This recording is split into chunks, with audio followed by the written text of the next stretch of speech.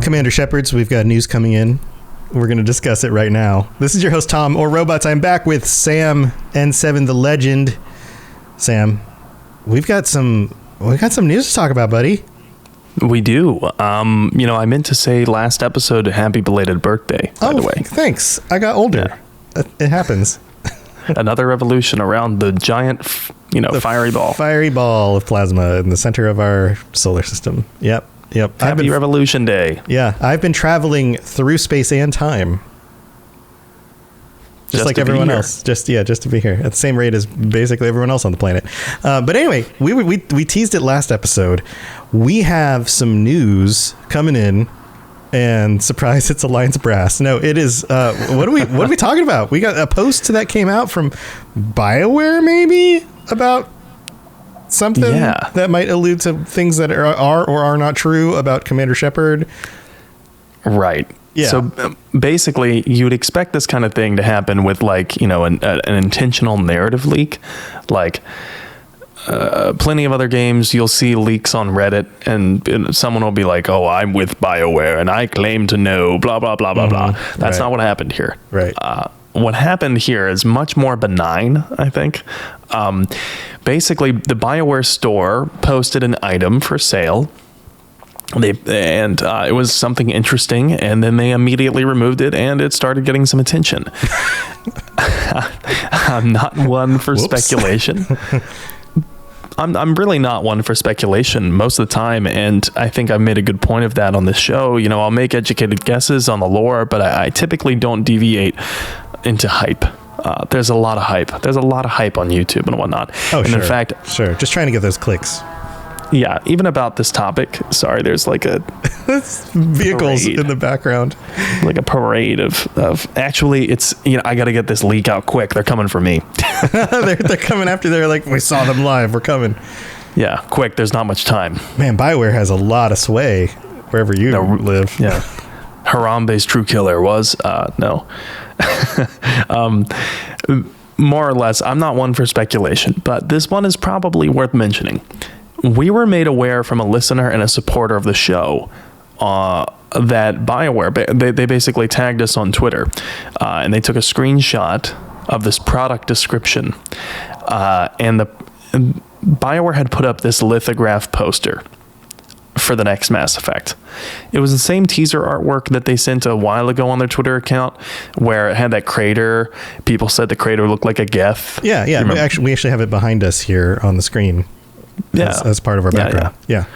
So we've all been talking about it for quite some time, and now they're selling it as a poster. Not surprised. That's cool. Awesome poster.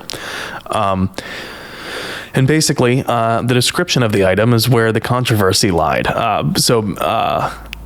Let's get into it. The description of the item said something possibly revealing with where they're taking the next Mass Effect series. So if you have not finished playing Mass Effect 3, this has huge spoilers for Mass Effect 3. Spoilers? Well, it's a 10-year-old game, but yeah.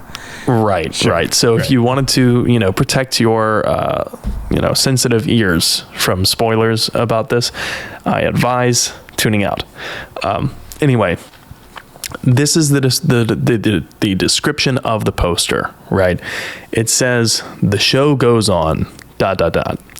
Shepard's final quest may have ended the threat of the Reapers, but at great cost, including Earth itself. While Shepard and the survivors are left to pick up the pieces, fans are left wondering what's next. Mass Effect will continue. And with the sneak peek of the poster we got from the BioWare team as part of the N7 Day 2021, there's a lot to unpack. Yeah, there is a lot to unpack, I want to say.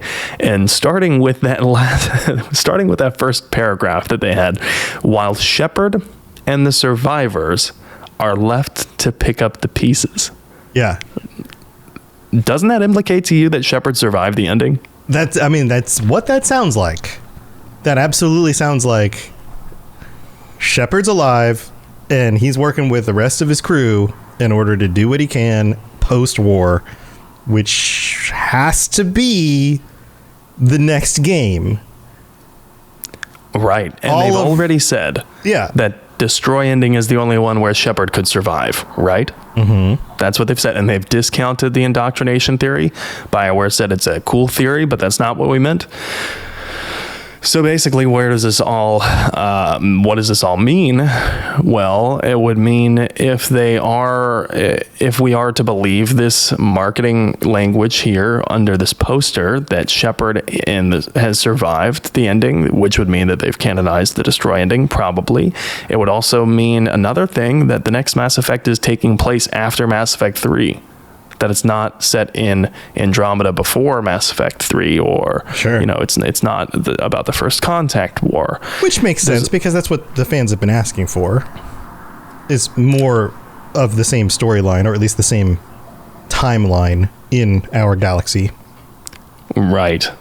So there's a lot of other language here in this description, which is interesting because, like, for instance, it says a Krogan and its 4-member team walk toward a Geth-shaped crater with a ship that resembles the Normandy, with SFX emblazoned on either side. I understand necessity-wise, they're just trying to describe the picture, the poster, for anyone who's buying it. But it's interesting that it's written a Krogan and its 4-member team. Doesn't that kind of imply to you that the Krogan is the team lead? Yeah. Yes, it's who because could that it's be? Possessive, right? It's right. Well, it's clearly a battle turtle, buddy. Definitely. Is it Grunt? It's is it Rex? It's one of the Who two. knows? Yeah. I'm thinking about 4 people: Rex, Liara, Garrus, Tally. Those would be the popular ones. The original crew from Mass Effect 1. Right.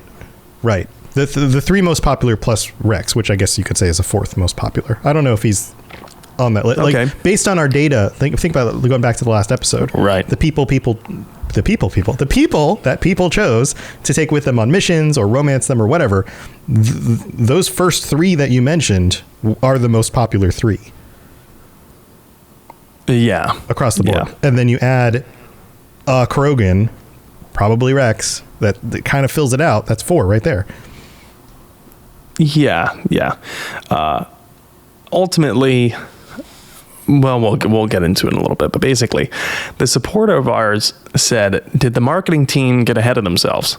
Right? Because they're reading this and they're like, oh, wait a second, we haven't been confirmed of this by any of the official BioWare channels and writing team, and no one had told us in a new trailer recently that the new game was definitely going to be about Shepard surviving, A, and B, picking up the pieces after Mass Effect 3.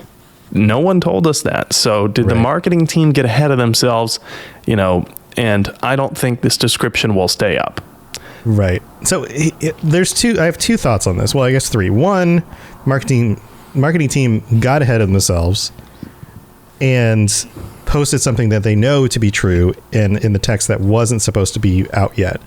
2, posted the right information, but the product wasn't supposed to be out yet. So this is something that should be launched on the store, say 6 months from now, once that information is clearly known due to a trailer or something that's coming out this summer or whatever, right?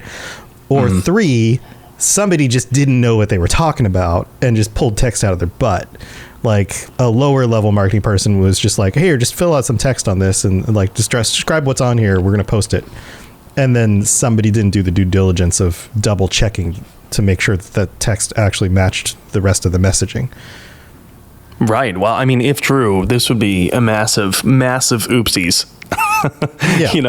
If this is accurate, then it's like someone just really shat the bed, because this is a really, this is a key detail. Someone just pulled an Amber Heard. Oh yeah. Oh yeah. no. Like, you're gonna need to toss that bed after that, because wow, that was a massive oopsie. That's a big dump. Oopsie poopsie. No, that's assuming that it's true, right? I don't think this is how they'd want to let that cat out of the bag for such an important narrative point, considering that has been the number one question on every Mass Effect fan's mind. What happens to Shepard? Yeah. This is not the planned way of putting that information out into the world, I don't think. No. And then sure enough, BioWare replaced the description just a few hours later.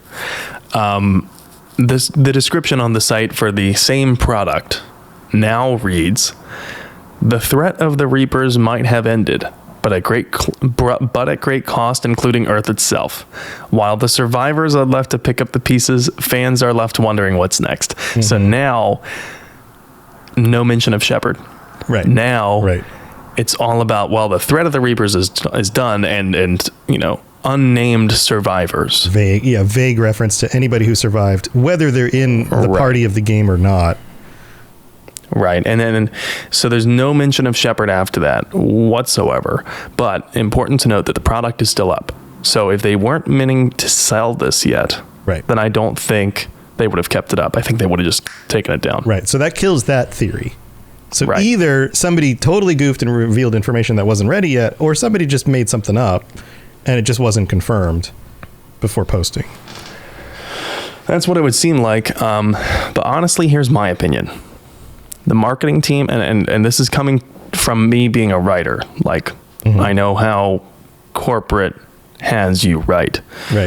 Marketing team probably got slammed with lots of copy that they had to write. Copy is just jargon for words.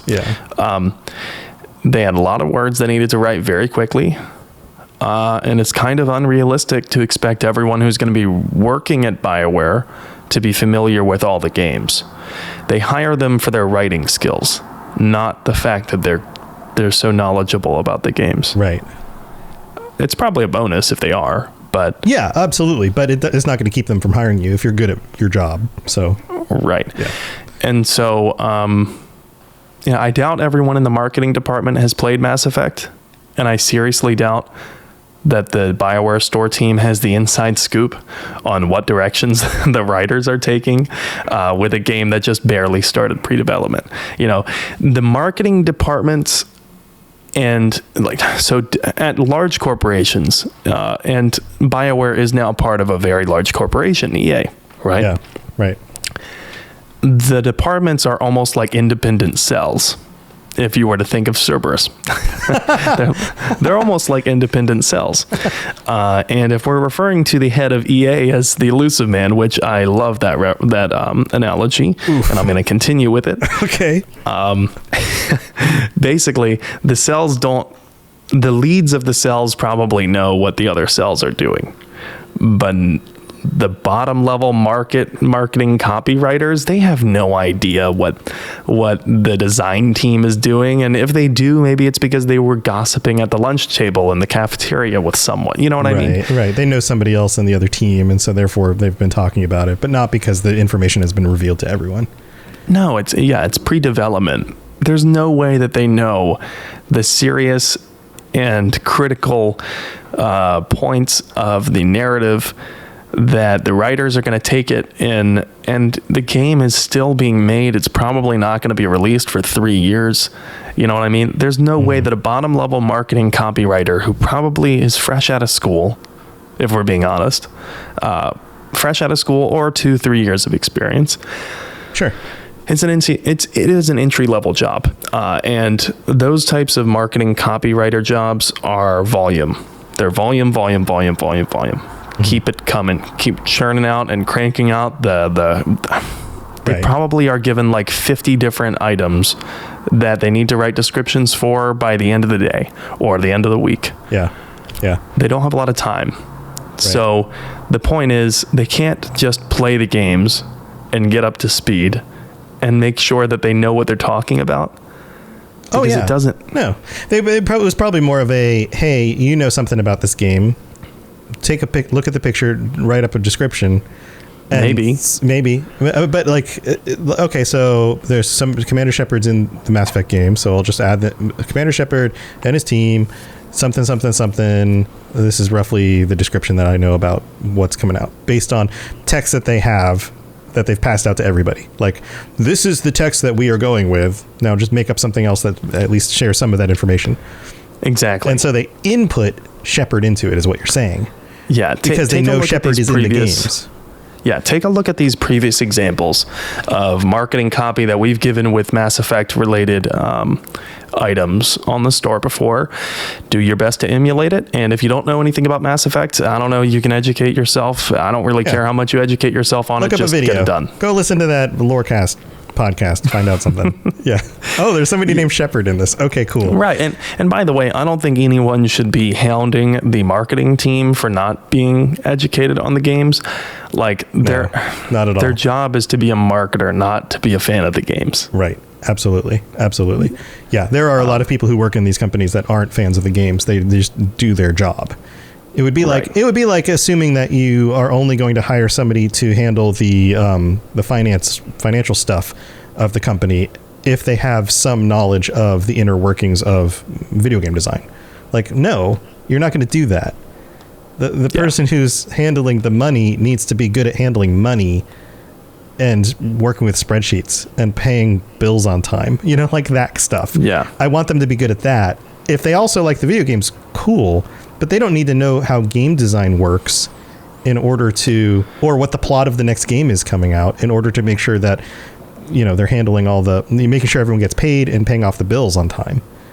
Right. In my daily job, I have to cover topics on a wide variety. It could be literally anything on any given day, depending on what's going on.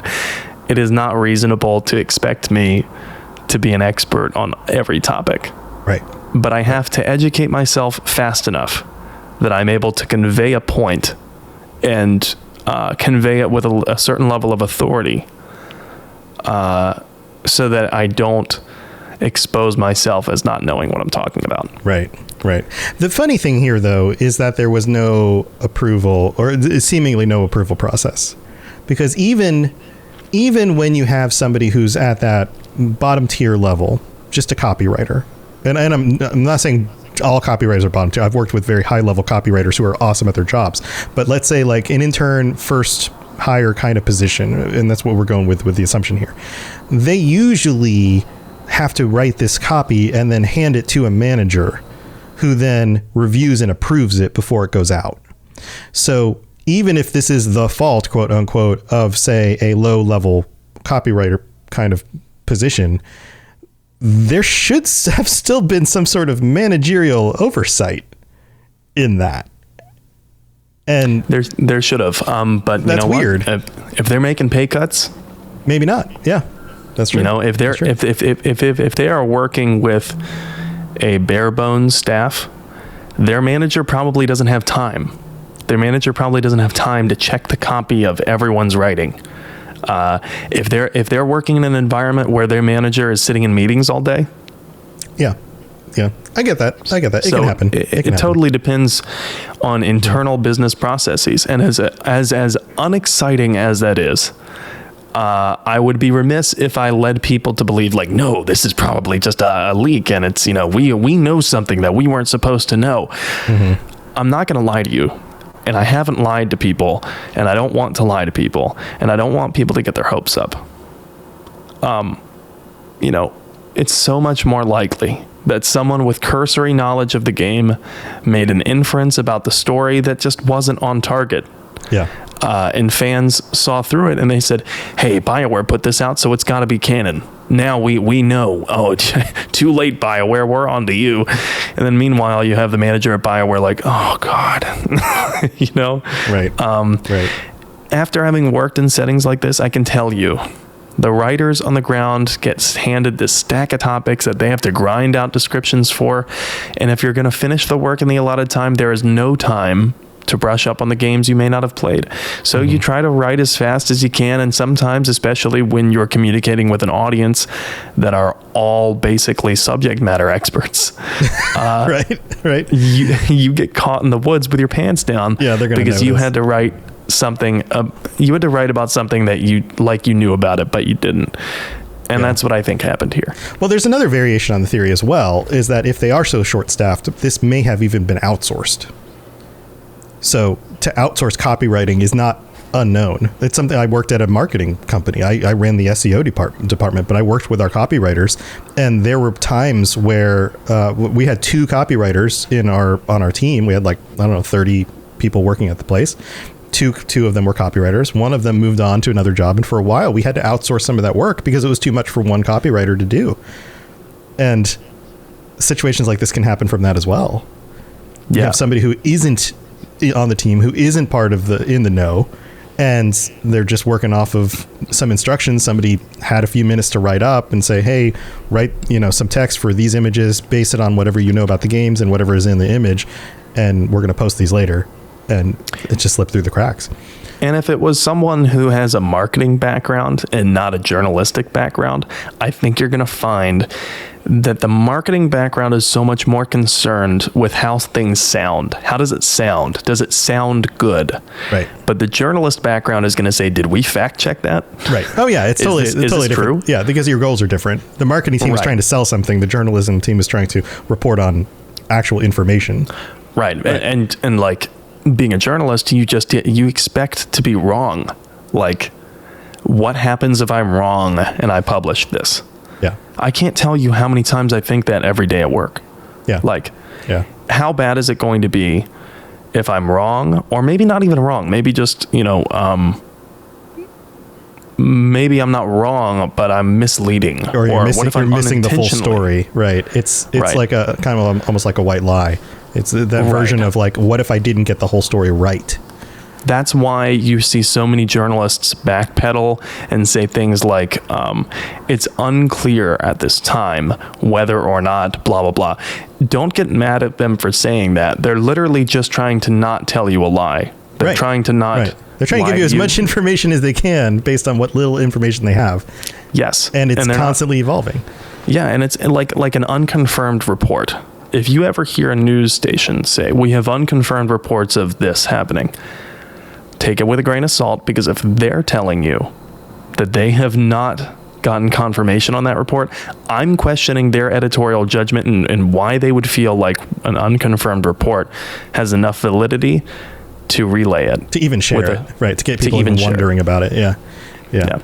All right. Well, I think we've got those theories. I don't know, still don't know how to pronounce his name. Daith. You pronounce it in a different way. Says tinfoil hat time. Actually, they did this on purpose to drum up hype and interest. That's one of those things I speculated on occasion. There are some marketing teams that do clever things like that, things that look like mistakes, because the value of the apparent mistake is greater than the making the team look like they're dumb and did something wrong. I don't think this is probably one of those, but I think this is Occam's razor. Yeah, you generally want to go with the simplest explanation. And then second tinfoil hat time, it was made by an AI. Maybe. We're getting closer to that being a real thing, so possibly. But I would still expect that anybody who's using AI to write a majority of your marketing would still have a human review it and revise it before actually posting. Like, you wouldn't want to just post the AI writing without ever reading it first. No. But you still need a human there. I'm willing to bet a lot of money. This was someone who has never played the game, but had a cursory understanding of it. They wrote it. They were under deadline. They got it. They sent it in. Whoever was in charge of approving it, if anyone, only skimmed it and then said, fine, whatever.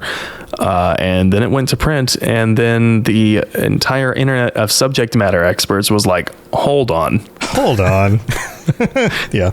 And now someone was just given a talking to by corporate about how you have to make sure that you're not, probably the proofreader. The proofreader has to make sure, like, hey, this was factually incorrect, or you just let the cat out of the bag for our entire edit. Like, if it is accurate and it was unintentionally accurate, you just let the cat out of the bag for our entire writing team. Yeah. Nicely done. Yeah.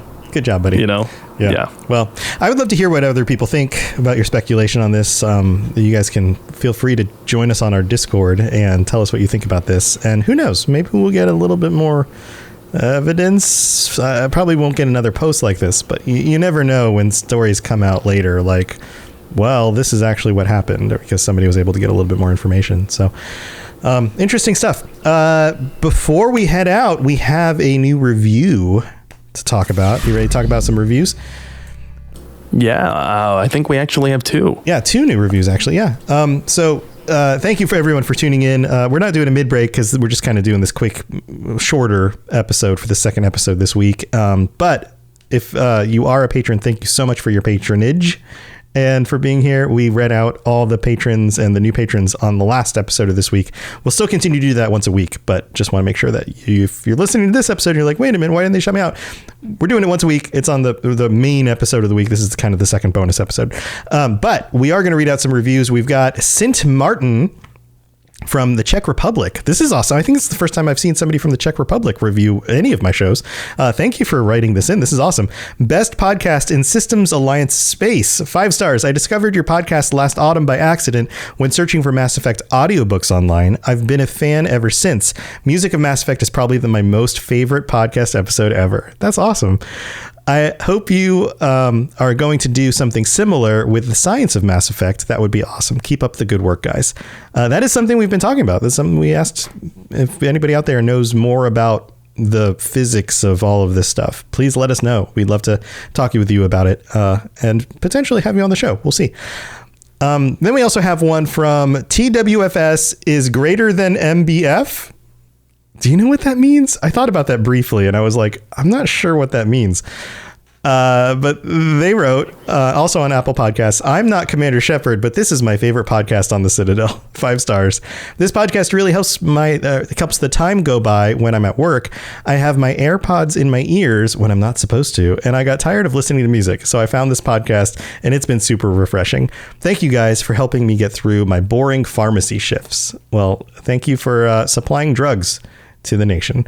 Also for leaving the review. We really do appreciate it. I hope you don't get in trouble while you're at work, but I totally get the whole, like, I'm tired of listening to music. I need to listen to something else, and then finding podcasts. That's absolutely one of the reasons why I started listening to shows too.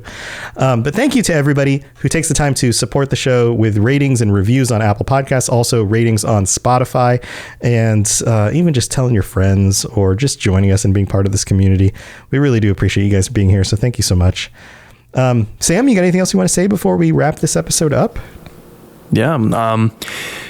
I had mentioned that we were never going to hype to people. There was a lot of YouTube videos that were floating around about this topic that we already talked about today. I want people to be completely not confused about this. I've already seen a YouTube video that's gaining a lot of traction that says new details confirmed about the next Mass Effect. Nope. Of course. I'm sorry. Yeah, but they're going to clickbait the titles in order to get people to read it, watch it, or whatever, and then people are going to. It's just how. But unequivocally, welcome to the internet. Unequivocally, do not take this as a confirmation of a new detail for the next story.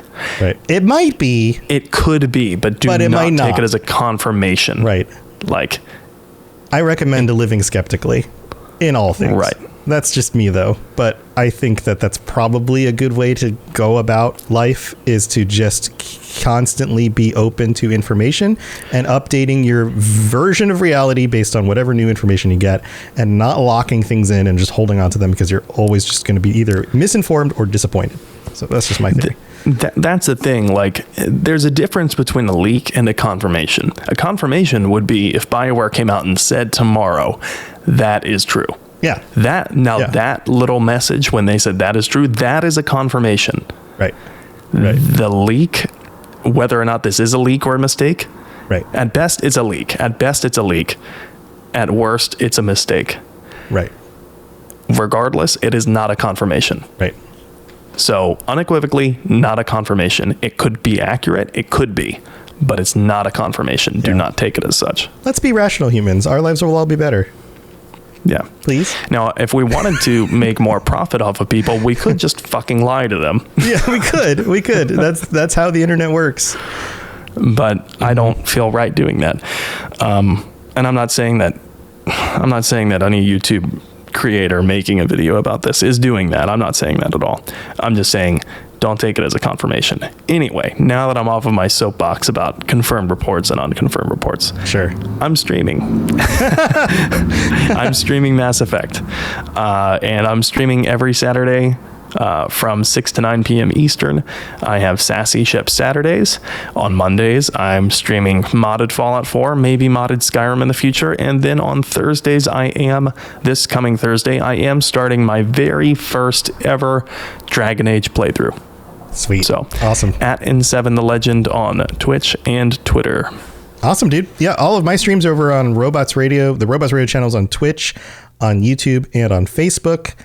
That's where we stream these live shows starting at 10:30 p.m. on Monday nights, Eastern time, 7:30 Pacific. So come hang out with us while we do the live shows. I do my other number of my other shows live as well.